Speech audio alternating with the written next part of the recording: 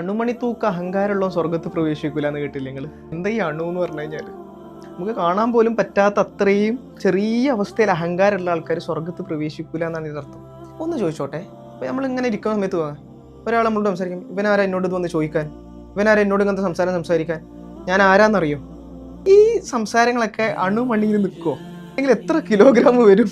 ഈ ഒരു സംസാരത്തിൻ്റെ വെയിറ്റ് എത്രത്തോളം ഉണ്ടാവും? അഹങ്കാരം ഉണ്ടാവുക അണുമണി തൂക്കുണ്ടെങ്കിൽ പോലും സാധ്യതയില്ല എന്ന് പറയുന്ന സമയത്ത് നമ്മൾ സ്വയം ഒന്ന് വിലയിരുത്തേണ്ടിയിരിക്കുന്നു. ചെറിയ രൂപത്തിലെങ്കിലും നമ്മളുടെ അഹങ്കാരത്തിൻ്റെ അംശം നമ്മളിലുണ്ടോ? എല്ലാ മനുഷ്യരിലും ഇതൊക്കെ ഉണ്ട് എന്നാണ് ഞാൻ വിശ്വസിക്കുന്നത്. എല്ലാ മനുഷ്യരിലും ഉണ്ട്.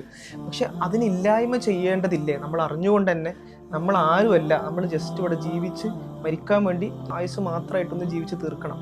അതിനു വേണ്ടി ജീവിക്കുന്ന ആൾക്കാരാണ്. ഞാൻ അവനേക്കാളും മികച്ചതോ അവൻ എന്നെക്കാളും മികച്ചതോ ഒന്നുമല്ല, നമ്മളൊക്കെ തുല്യരാണ് എന്നൊരു ബോധം ഉണ്ടാക്കിയെടുക്കൽ അനിവാര്യമല്ലേ? അതുണ്ടാക്കി കഴിയുമ്പോൾ സ്വാഭാവികമായിട്ടും നമ്മൾ അറിഞ്ഞുകൊണ്ട് നമുക്ക് എന്ത് ചെയ്യാം? നമ്മുടെ അഹങ്കാരത്തിന് എടുത്ത് കളയാം. ആ ഒരു അണുമണി തൂക്കം നമ്മളിൽ ഉണ്ടാകാതിരിക്കാൻ പരിശ്രമിക്കുക. ഞാനും എനിക്ക് വേണ്ടിയിട്ട് പരിശ്രമിക്കാം, നിങ്ങൾക്കും വേണ്ടി പരിശ്രമിക്കുക.